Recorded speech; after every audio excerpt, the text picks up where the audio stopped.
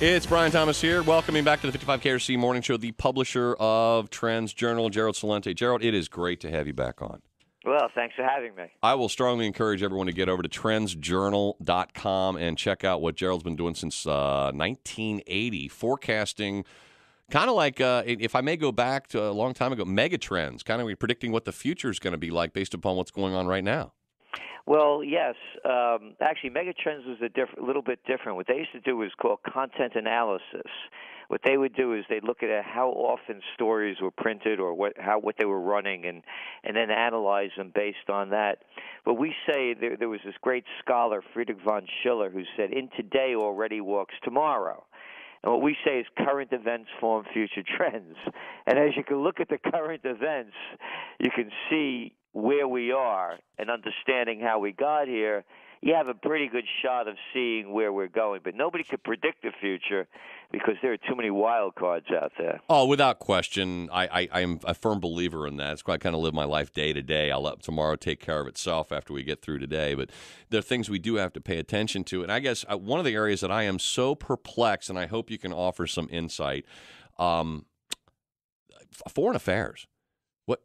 What in the hell are we doing? What is going on? Middle East, the whole Syrian thing, Iraq, Afghanistan. We got problems in the Middle East. It's inextricably intertwined, and I guess I'm scratching my head over why. Where is that going? And where is this taking us?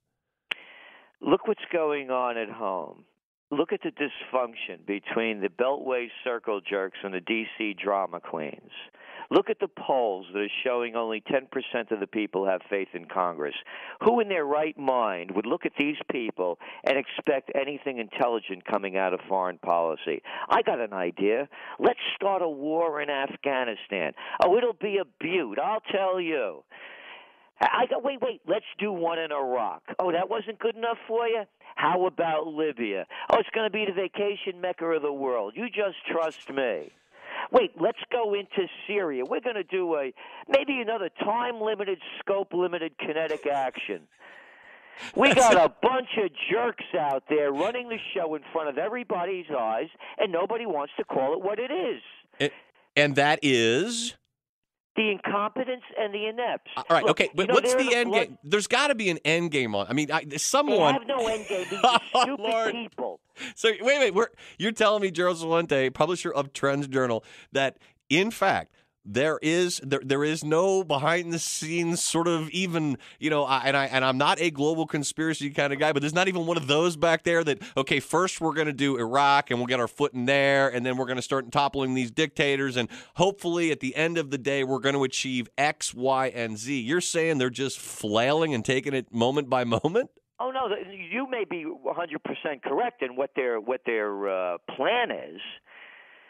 But, if there's an Illuminati making the plan, you have the un-Illuminati carrying it out. These are a bunch of jerks. Why can't there are the Bloods and the Crips. There used to be the Bonanos and the Gambinos, the Lanskys and the Schultzes. Now you have the Democrats and Republicans. This is a gang. It's a gang of stupid people, not stupid, sociopaths. These are the same people you couldn't stand in high school and college that wanted to be class president and head of the student council. Yeah, malignant narcissists. Yeah. The glad-handers, the suck-ups, the brown-nosers, the insincere, and the overly ambitious. You could put names on them. And that...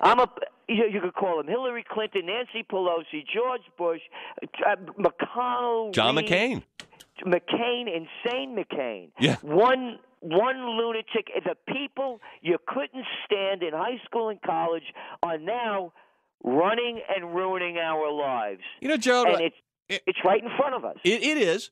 And I guess your point, and it really bothers me. There's a couple times we've had you on, and I just hate that you're not opinionated enough. It just really bothers you. You're so reserved, such a wallflower, Gerald. No, seriously though. But your point is borne out by one thing I can specifically hang my hat on, and that is our national debt. The narcissists, the people that didn't make it, or the people that want to be loved by others, they're the ones that can never say no to anyone under any circumstance, and that's how you bring yourself to this perilous sort of monetary system crashing reality that is our runaway spending. Well, I don't think it's not saying no. It's saying yes all the time. It's in effect the same thing, depending on your circumstance. No, it's saying yes. You see, they have language, white shoe boy language. When a guy growing up in the Bronx, when people give you money, you call it bribes and payoffs. I got a better name for it. We're going to call it campaign contributions. How does that sound? Now, Isn't that a nice word?